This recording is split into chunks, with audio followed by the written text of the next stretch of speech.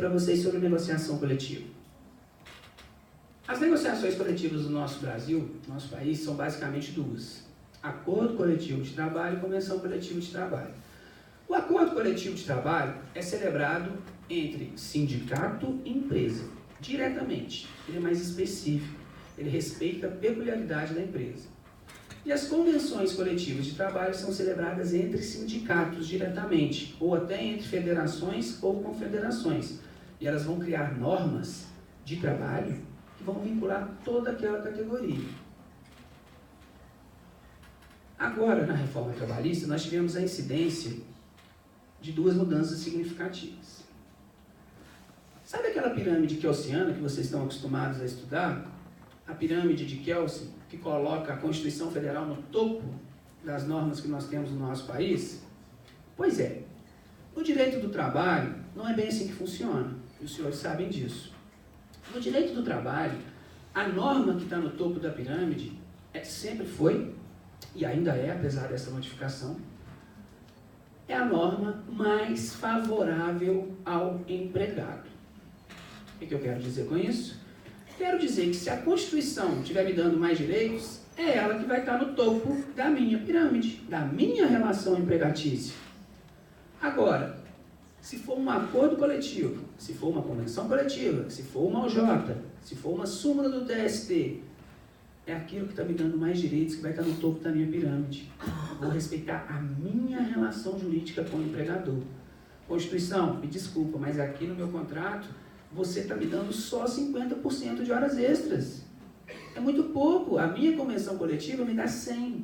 Então, no topo da minha pirâmide, no meu contrato de trabalho, quem está lá em cima é a minha convenção coletiva de trabalho. Essa é uma diferença básica do direito do trabalho. E nós tivemos duas mudanças. Nós tivemos a primeira mudança, que o negociado prevalece sobre o legislado. Vamos com calma. CLT instituiu os artigos 611-A e 611-B.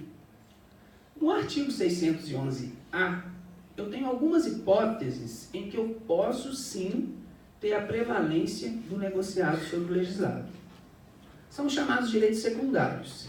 Aqui, nós temos uma afronta ao princípio da proteção, no que diz respeito à condição mais benéfica.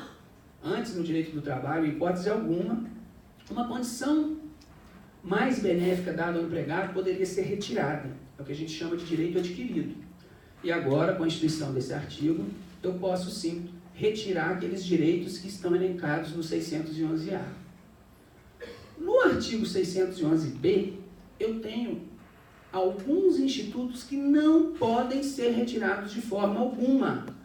Então, nunca vou poder ter que o negociado vá tirar 13º salário, férias do empregado, fundo de garantia por tempo de serviço. Não. Isso vai se manter sempre nos contratos trabalhistas. Tá?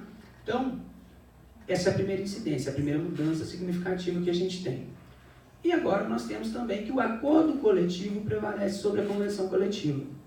Então, aquela ideia que eu acabei de mencionar para vocês, que o topo da pirâmide é o que seja mais benéfico ao trabalhador, foi relativizado novamente.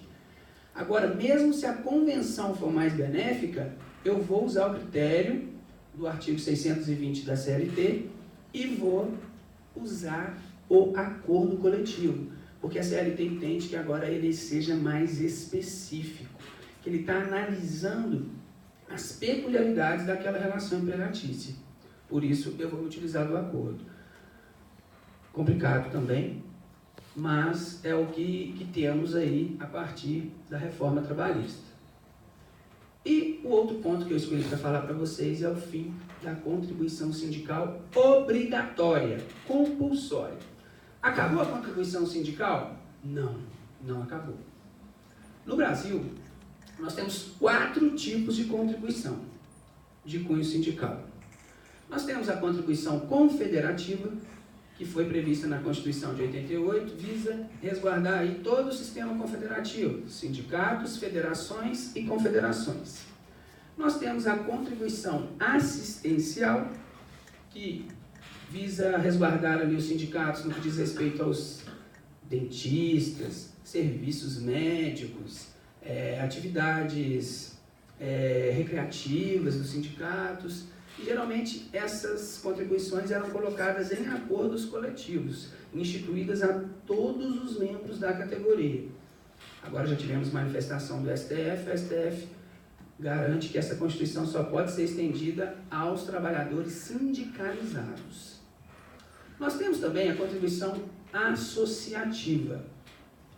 Essa contribuição é uma contribuição que, num modelo ideal de sindicalismo, num modelo correto, seria a única existente.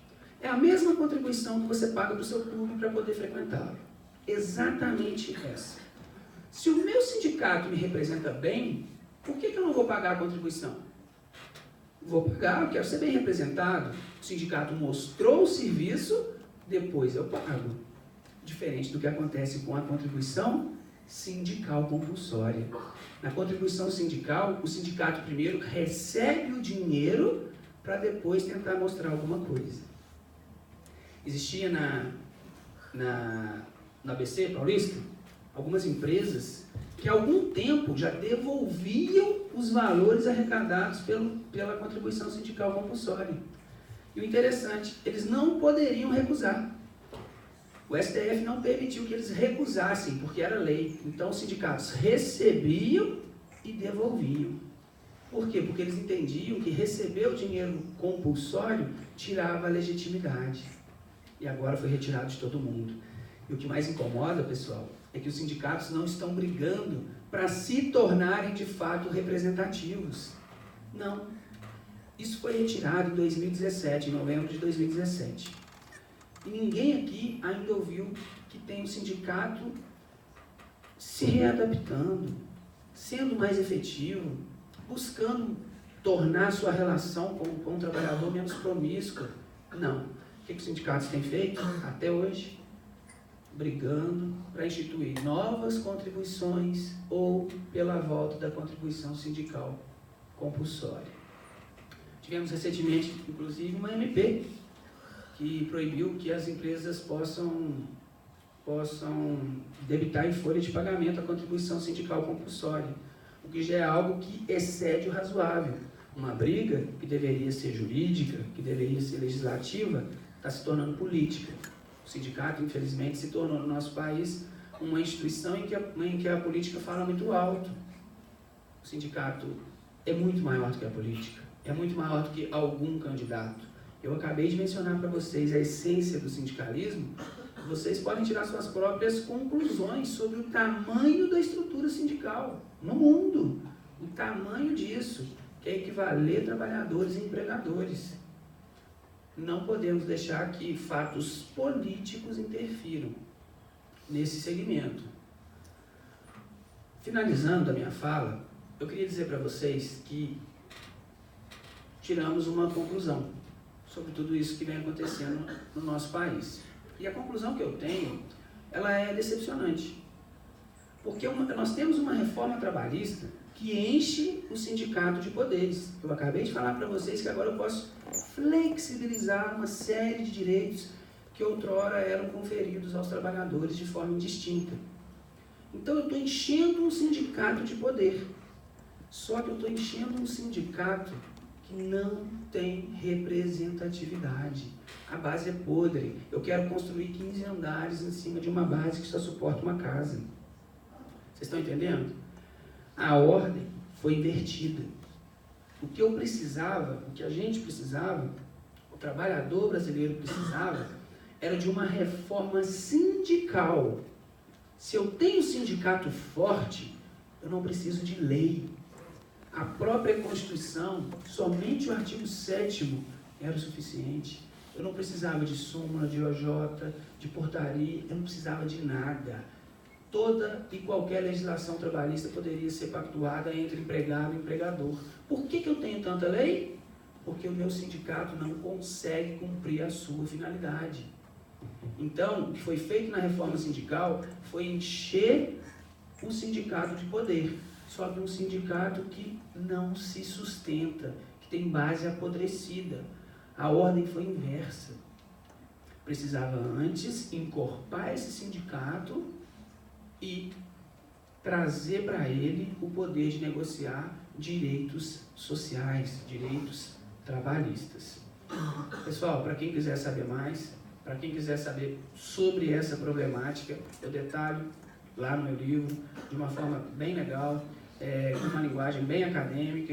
Então, foi um prazer estar aqui com vocês nessa manhã, voltar a essa casa, voltar ao auditório, chamado de Sebastião Troco, certo? Sebastião Troco fez parte da minha banca, não poderia esquecê-lo também, eu acho que eu não me perdoaria se eu não tivesse mencionado.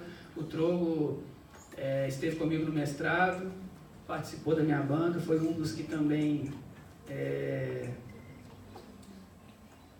disse que a obra deveria ser publicada, então eu fico muito feliz, tá? É um prazer revê-los, e para quem tiver curiosidade, pode adquirir a obra que vocês vão ficar muito satisfeitos, tá, pessoal?